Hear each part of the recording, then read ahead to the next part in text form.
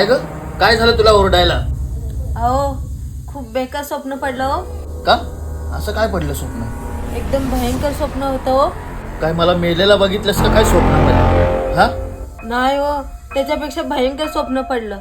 एवढं कसलं भयंकर स्वप्न पडलं सांग जरा. अहो स्वप्नात बघितलं तुम्ही कुठल्या तरी मुलीसोबत